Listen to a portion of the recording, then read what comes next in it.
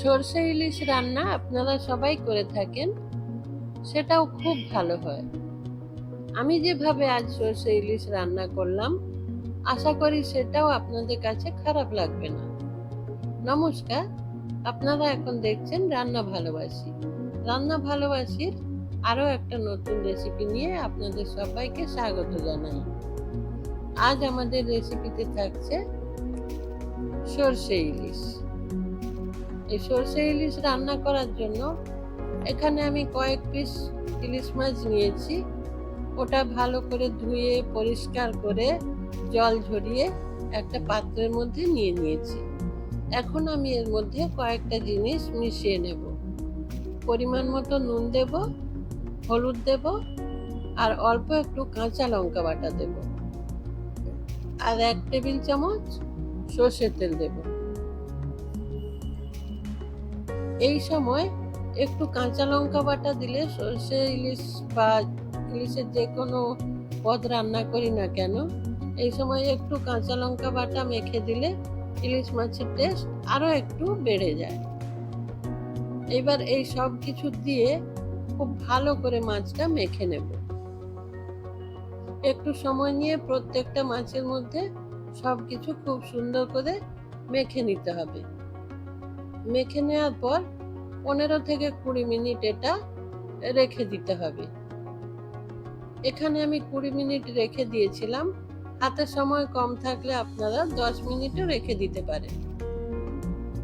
এইভাবে সুন্দর করে মেখে নেব, নিয়ে মাছটা রেস্টে রেখে দেব।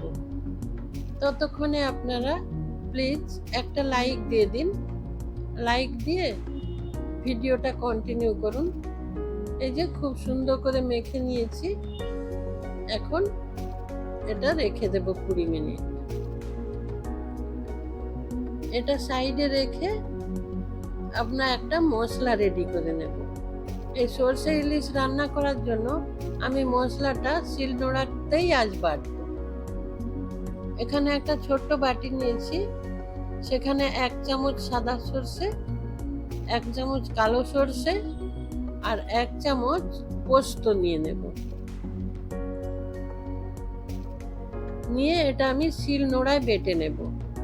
আপনারা মিক্সিতেও বেটে নিতে পারেন, কিন্তু শিলনোড়ায় বাটা মশলার স্বাদ আলাদা হয়। কড়াইতে তেল দিয়ে দেব।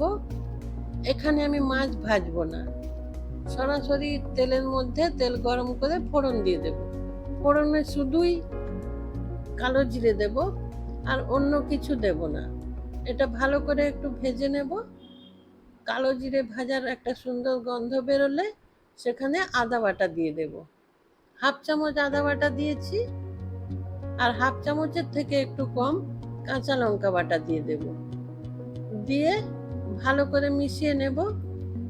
মিশিয়ে নেওয়ার পর এখানে হলুদ দিয়ে দেব।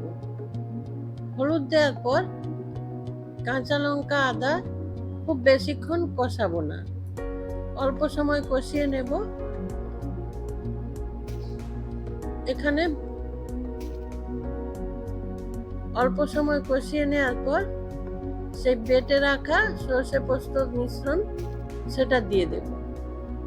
দিয়ে এটাও কষিয়ে নেব। আমরা যেরকম ভাবে অন্যান্য রেসিপিতে পেঁয়াজ রসুন বা অন্য কোনো মশলা যত পরিমাণে কষিয়ে নিই, এখানে সর্ষে পোস্ত অত সময় ধরে কষাবো না, হালকা করে কষাবো। ওই মশলার বাটি ধোয়া জল দিয়ে দিলাম, দিয়ে আবারও একটু ভালো করে মিশিয়ে নেব।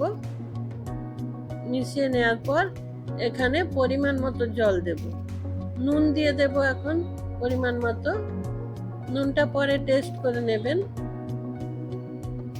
অন্যান্য রেসিপির থেকে এখানে নুনের পরিমাণটা একটু বেশি দেবেন, তাতে মাছের টেস্ট খুব ভালো হবে, বা এই গ্রেভির টেস্টও খুব ভালো হবে। মশলা কষানো হয়ে গেছে, এখন পরিমাণ মতো জল দিয়ে দেব। এখানে একটু বেশি জল দেব, যেহেতু মাছ আমি ভেজে রাখিনি, মাছ এই গ্রেভির মধ্যেই সেদ্ধ হবে, সেই জন্য একটু বেশি জল দিতে হবে। আবারও একটু জল দিয়েছি। এখন ঢেকে রান্না করব। ঝোল ফুটে ওঠা পর্যন্ত আমি অপেক্ষা করব। এখন ঢেকে দিলাম, ঝোল ফুটে উঠুক। ততক্ষণ চলুন আপনারা আমার চ্যানেলটা সাবস্ক্রাইব করে ডান দিকে থাকা বেল আইকনটা প্রেস করে দিন। তাতে আমার রান্নার সমস্ত নোটিফিকেশন আপনি পেয়ে যাবেন, আর আমি আরও বেশি উৎসাহ পাবো রান্না করার। ঝোল ফুটে গেছে, সেই জন্য এক পিস করে সব মাছগুলো খুব সাবধানে ঝোলের মধ্যে এইভাবে দিয়ে দেবেন। খুন্তি বা হাতার সাহায্যে একটা মাছের পিস নিয়ে ঝোলের মধ্যে দিয়ে দেবেন। সব পিসগুলো দিয়ে দেওয়া হয়ে গেলে ভালো করে মিশিয়ে নিয়ে আবারও ঢেকে দেবেন। ঢেকে 10 মিনিট রান্না করে নেব।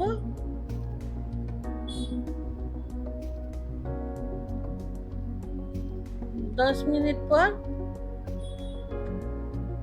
যখন খুব ভালো করে ফুটতে শুরু করবে, ঢাকা খুলে মাছগুলো আবার উল্টো দিকটা উল্টে দেব। এইভাবে একবার মাছ রান্না করবেন, দেখবেন কত সুস্বাদু হবে রান্না। ইলিশ মাছের টেস্ট খুব সুন্দর লাগবে।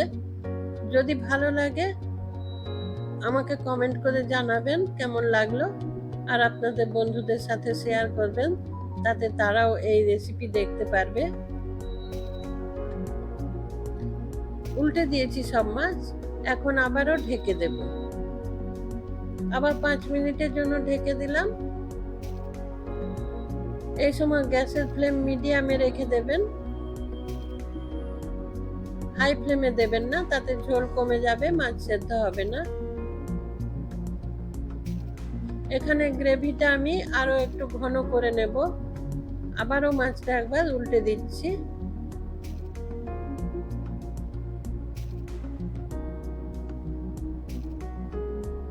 ঝোলটা আরো একটু ঘন করে নেব। আপনারা যদি চান একটু পাতলা ঝোল রাখতে পারেন। এখানে আমি আরো একটু ঘন করব। এই যে গ্রেভি বেশ ঘন হয়েছে, খুব সুন্দর গ্রেভি হয়েছে। এখন ওপর থেকে কয়েকটা কাঁচা লঙ্কা আর 1 টেবিল চামচ সরষের তেল দিয়ে রান্নাটা কমপ্লিট করব। সবকিছু দিয়ে গ্যাস অফ করে কিছুক্ষণের জন্য ঢেকে রেস্টে রেখে দেব। এই সরষের তেল আর কাঁচা লঙ্কার ফ্লেভার আবার ঝোলের মধ্যে মিশে যাবে। তারপর আমি এটা সার্ভ করব। এইভাবে একটু কড়াই ধরে নাড়িয়ে নেবেন, তাতে সবকিছু মিশে যাবে। এখন গ্যাস অফ করে ঢেকে রেখে দেব।